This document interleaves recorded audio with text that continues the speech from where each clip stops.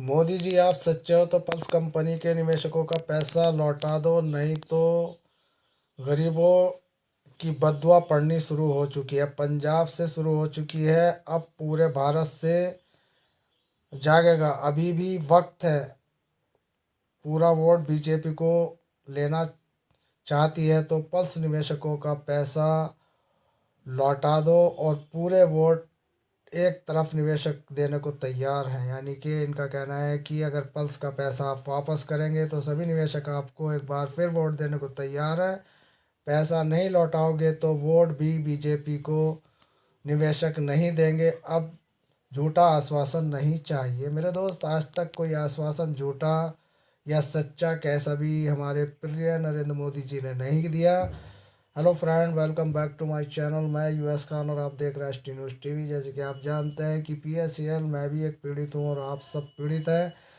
तो दोस्तों, उनकी क्या क्या पीड़ा है यही दर्शाने के लिए आज हमने ये वीडियो बनाई है। जैसे कि आप जानते हैं कि अभी हमने बताया कि जो इस वक्त मोदी जी के ऊपर एक बहुत बड़ा सवाल या निशान यहाँ पर खड़ा किया गया, वो अकील खान की तरफ से किया गया। अकील खान ने यहाँ पर सीधा सीधा मोदी जी को कहा है कि पल्स के निवेशकों का पैसा वापस कर दो, नहीं तो आपको वोट नहीं दिया जाएंगे। अभी तो आप पंजाब सरकार से पंजाब में हारे हैं और अब पूरे भारत में भी हारने की तैयारी कर लो। जी हाँ दोस्तों, अब निवेशकों का रुख बदल चुका है। उनकी अंधभक्ति खत्म हो चुकी है। अब स्पष्ट तौर से उन्हें पता लगने लगा है कि असली इस पल्स कंपनी का पैसा को खाने वाला कौन है। जी हाँ दोस्तों, ये पल्स कंपनी का पैसा मोदी जी खा गए और अब निवेशकों को इस वक्त जो है पैसा मिलना मुश्किल हो चुका है। प्रोसीजर चालू है लेकिन वहाँ पर कुछ नहीं, खाली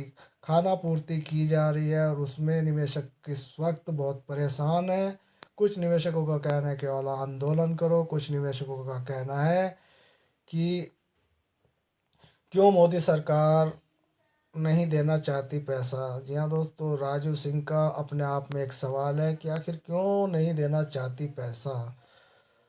तो मेरे दोस्तों, मोदी सरकार पैसा देगी या नहीं देगी इसका तो अभी तक हमें नहीं पता, लेकिन निवेशकों की बातों से ऐसा लगता है कि पल्स का पैसा सरकार की जो जांच एजेंसियां हैं उनके आधार पर ये रोका गया है और ये सब सरकार की सह पर किया गया है। और किस तरीके से 49,100 करोड़ रुपया की लूट का जामा यहाँ पर सरकार ने पहनाया है। अब इससे निवेशकों में मतलब ये संदेश पहुंच चुका है कि सरकार ही इन निवेशकों का पैसा नहीं लौटाना चाहती। सेबी चोर है, मोदी साला हमारा पैसा नहीं देना चाहता।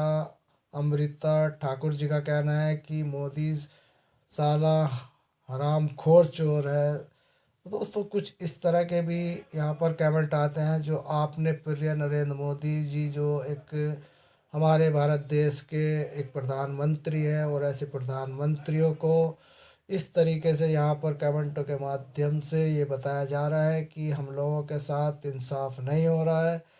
तो दोस्तों, इंसाफ कब मिलेगा अभी इसका कहीं दूर दूर तक अता पता नहीं है। तो दोस्तों, त्रिलोक सिंह जी का कहना है, त्रिलोक सिंघल जी का कहना है कि मोदी सुप्रीम कोर्ट के जो ऑर्डर हुआ था 6 महीने के भीतर भीतर पैसे देने का, तो उस पर भी कोई मतलब यहाँ पर ऐसा कुछ नहीं दिख रहा है कि सुप्रीम कोर्ट को माना जा रहा हो।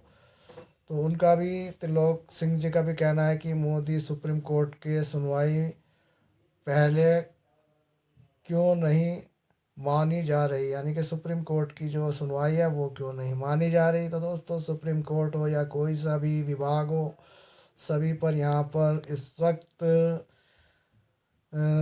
आदरणीय नरेंद्र मोदी जी की जो इस वक्त पकड़ है वो सभी जितने विभाग हैं उन पर तो है, साथ के साथ मीडिया के ऊपर भी उनकी अच्छी पकड़ है। क्योंकि मीडिया भी, कभी आपने नहीं देखा होगा किसी डिस चैनल वाले ने 5 करोड़ 85 लाख निवेशकों का जो 49,000 करोड़ रुपया लूटा गया उस पर कभी डिबेट या किसी तरह की कोई भी वहाँ पर न्यूज़ नहीं मिलेगी। क्यों नहीं मिलेगी? क्योंकि दोस्तों जैसे ही कोई इस तरीके की न्यूज़ देता है तो उसके ऊपर एक बहुत बड़ी यानी कि प्रतिबंध लगा दिए जाते हैं सरकार की तरफ से, क्योंकि वो नहीं चाहती कि चिट फंडों का सच्चा चिट्ठा आम लोगों तक पहुँचे।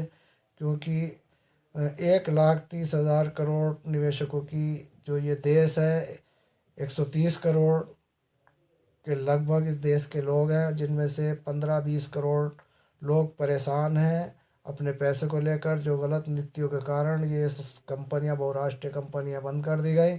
उनका नाम बताना कोई मुनासिब नहीं समझता, क्योंकि आप देख सकते हैं कि सहारा हो या KBCL हो या कोई सी भी ऐसी PSEL हो या बड़ी बड़ी बहुराष्ट्रीय कंपनियां यहाँ पर धराशायी हो चुकी हैं और इकोनॉमिका को इतना नीचे गिरा चुके हैं कि अब ये कंपनियां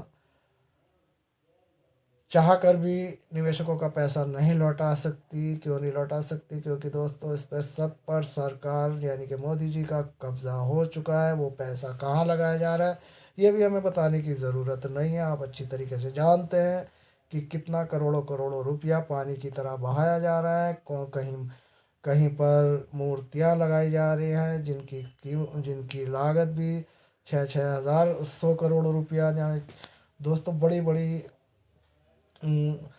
अमाउंट जो यहाँ पर निवेशकों का बड़ी बड़ी कंपनियों में लगा हुआ है, वो सारा पैसा इस वक्त सरकार अपने तौर से खर्च कर रही है।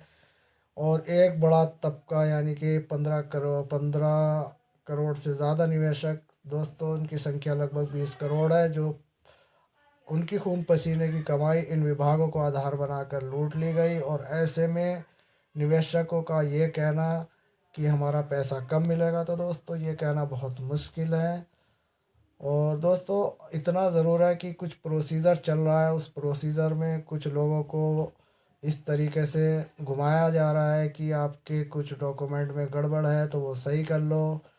और पहले तो खाली वेबसाइट पर ही देते थे, अब जिन निवेशकों के बॉन्ड या मतलब जिस निवेशकों के जितने भी डॉक्यूमेंट्स सेबी के पास गए हैं, उसकी वेबसाइट के माध्यम से उसमें कुछ त्रुटियां बता रहे हैं, उन्हें सही कर लो। जो लोग सही कर लेते हैं उनका पैसा भी पूरा नहीं आ रहा, और जिन लोगों का पैसा अभी तक आया नहीं, उनके पास कोई नोटिफिकेशन अभी तक इस तरीके की आती नहीं। और अब जो भी नोटिफिकेशन इस वक्त सेबी की तरफ से आ रही है, वो उनको भ्रमित करने वाली ही नोटिफिकेशनें आ रही हैं। और ज़्यादातर वहाँ पर कोई इस तरीके से लोगों के लिए कोई सार्वजनिक तौर से सूचना सेवी पोर्टल पर नहीं आती। कभी साल 2 साल में कोई एक आध सूचना आ जाती है, लेकिन यहाँ पर यूट्यूब चैनल वाले रोज़ आपको नई अपडेट देते हैं, सेबी की एक से एक बढ़िया लेटेस्ट न्यूज़ देते हैं, जो कि उसमें किसी तरह की कोई सच्चाई नहीं होती और उनमें लोग गुमराह हो जाते हैं। लेकिन सच्चाई यही है कि पल्स का पैसा मिलना मुश्किल ही नहीं, बहुत नामुमकिन है। देखना यह है कि अब भविष्य निवेशकों का पैसा दिला पाती है, क्योंकि इस वक्त जो फ्यूचर पल्स निवेशकों का दिख रहा है वो बहुत अंधकार में है और उनको अभी कोई उजाले की किरण दूर दूर तक नज़र नहीं आती। 49,000 करोड़ रुपया जो इस वक्त सेबी के पास है, उसमें केवल थोड़ा बहुत ही पैसा दिया गया है। निवेशकों की संख्या 5,85,00,000 है, केवल 12 लाख निवेशकों को पैसा मिला। तो दोस्तों आप समझ सकते हैं कि 49,100 करोड़ रुपए की लूट किस तरीके से यहाँ पर इस वक्त सेबी सरकार के साथ मिलकर कर रही है। तो अब देखना यह है कि क्या होता है आगे। आप भी देख रहे हैं, हम भी देख रहे हैं, कोई अच्छी अपडेट आएगी तो आपसे ज़रूर हम लेकर आएंगे। तो दोस्तों आपसे अनुरोध है कि आपने अगर अभी तक हमारे चैनल को सब्सक्राइब नहीं किया है तो चैनल को सब्सक्राइब कर कर रखें, ताकि हमारी तरफ से जो भी अपडेट आए वो पहुंचे सबसे पहले आपके पास।